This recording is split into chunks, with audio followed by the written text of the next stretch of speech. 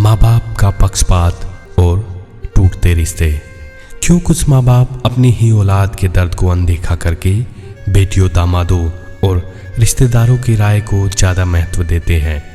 क्या यही है वो न्याय जो घर को बिखेर देता है? जिस माँ बाप ने अपने बेटे बहू को दिन रात मेहनत करते देखा, वही माँ बाप अगर दूसरों की बातों पर भरोसा करके अपने ही घर में झगड़े का बीज बो दे तो टूटता सिर्फ घर नहीं, टूटते हैं दिल भी। औलाद की मेहनत को अनदेखा कर दूसरों की राय पर चलना गुनाह है। जब घर वाले ही घर के ना रहे तो रिश्तों का टूटना लाजमी है। वर्मा परिवार का एक छोटा सा घर था। बेटा बहू दिन रात मेहनत करके घर को संभाल रहे थे। बहू सुबह से रात तक घर के काम, बाहर की जिम्मेदारियां सब निभाती।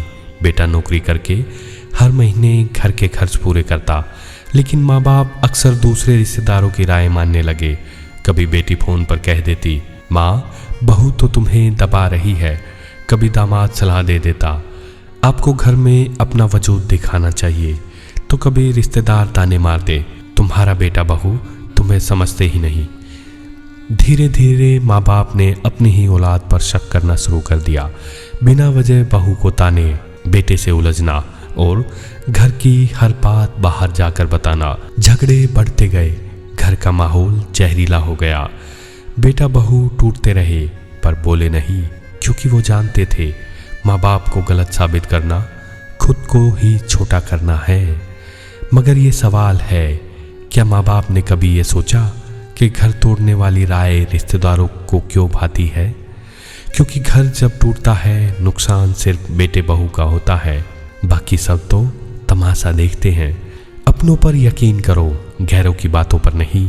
घर संभल जाएगा अगर साथ हो बेटा बहू सही। माँ बाप ही जब दीवारों में दरार डाल दे तो फिर रिश्तों को कौन बचा पाएगा?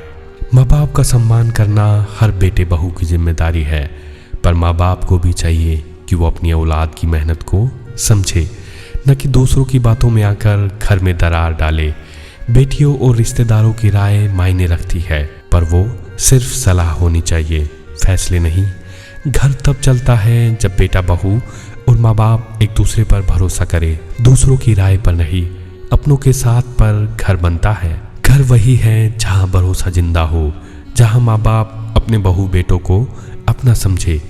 गैरों की राय पर रिश्ते मत तोड़ो, क्योंकि घर जब बिखरता है तो दुनिया ताली बजाती है, पर दर्द सिर्फ अपने ही उठाते हैं।